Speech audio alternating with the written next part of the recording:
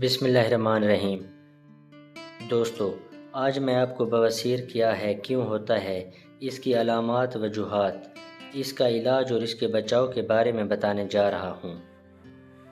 بواسیر پیٹ کی ایک بیماری ہے جو آنتوں کی کارکردگی میں خرابی واقع ہونے سے پیدا ہو جاتی ہے۔ یہ بیماری گرمیوں کی نسبت سردیوں کے موسم میں زیادہ ہوتی ہے، کیونکہ سردیوں میں لوگ پانی کا بہت کم استعمال کرتے ہیں، جس کے نتیجے میں خشکی کا غلبہ ہو کر آنتوں کے افعال میں نقص پیدا ہو جاتا ہے، جس کی وجہ سے بواسیر کی بیماری ہوتی ہے۔ بواسیر ایک خطرناک بیماری ہے جس کے زیادہ دیر تک رہنے یا بار بار ہونے سے انسان مختلف بیماریوں کا شکار ہو جاتا ہے۔ اس بیماری کی وجہ سے لوگوں کو بہت سے مسئلوں کا سامنا کرنا پڑتا ہے۔ بواسیر دو قسم کی ہوتی ہے، ایک خونی بواسیر، دوسری بادی بواسیر۔ مقعد کی وریدوں میں خون جمع ہو جانے کے سبب ان میں درد، جلن اور خارش ہوتی ہے۔ کبھی کبھی خون بھی خارج ہو جاتا ہے۔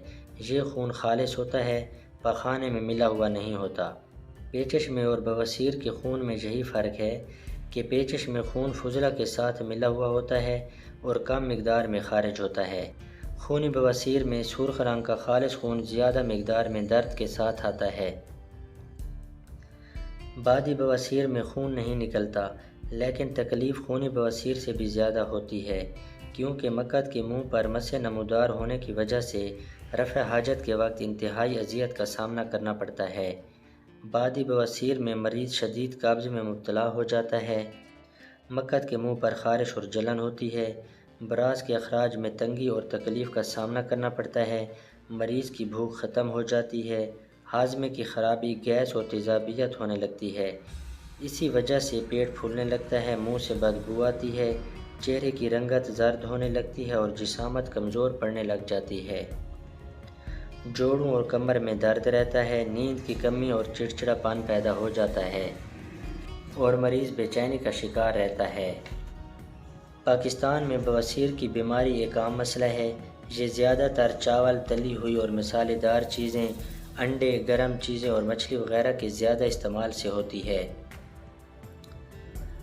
ان چیزوں کے استعمال سے بواسیر کا مسئلہ اور بھی زیادہ بڑھ جاتا ہے۔ بواسیر کے اکثر مریضوں کو پتہ ہی نہیں چلتا کہ انہیں بواسیر ہو چکی ہے۔ جب کبھی تکلیف ہو اور خون آئے تو پھر پتہ چلتا ہے کہ شاید بواسیر ہے۔ بواسیر کی عام نشانی یہ ہے کہ بار بار ٹوائلٹ جانا پڑتا ہے، فارغ ہو کر بھی ایسا محسوس ہوتا ہے کہ ابھی بوجھ باقی ہے۔ ان علامات کو کبھی نظر انداز نہ کریں اور اپنی غذا پر فوراً توجہ دیں۔ پانی کا استعمال زیادہ سے زیادہ کریں۔ پانی کے کم استعمال کی وجہ سے ہماری آنتوں میں خشکی ہو جاتی ہے، جس کی وجہ سے قبض ہوتا ہے اور بواسیر کی بیماری لگ جاتی ہے۔ تازہ پھلوں کے استعمال سے بھی بواسیر کی بیماری ختم ہوتی ہے۔ تازہ پھلوں کا استعمال بواسیر کو دور کرنے کے لیے بہت اہمیت رکھتا ہے۔ سلاد کے پتے اور گوبھی وغیرہ کا استعمال بھی قبض کے لیے مفید ہے۔ بواسیر کے علاج کے لیے انجیر بہت مفید ہے۔ بواسیر اکثر قبض اور آنتوں کے خلل سے پیدا ہوتی ہے۔ اس کے لیے بہترین غذا خشک انجیر ہے۔ اسپغول بھی بواسیر کے لیے بہت مفید ہے۔ اس کے کیمیائی اجزاء اور گوند معدے سے مقعد تک آنتوں کو صحت مند بناتے ہیں، بلکہ رفع حاجت میں بھی آسانی ہوتی ہے۔ بواسیر کے علاج کے لیے اسپغول کو روزانہ رات کو نیم گرم دودھ میں استعمال کرنے سے بہت فائدہ ہوتا ہے۔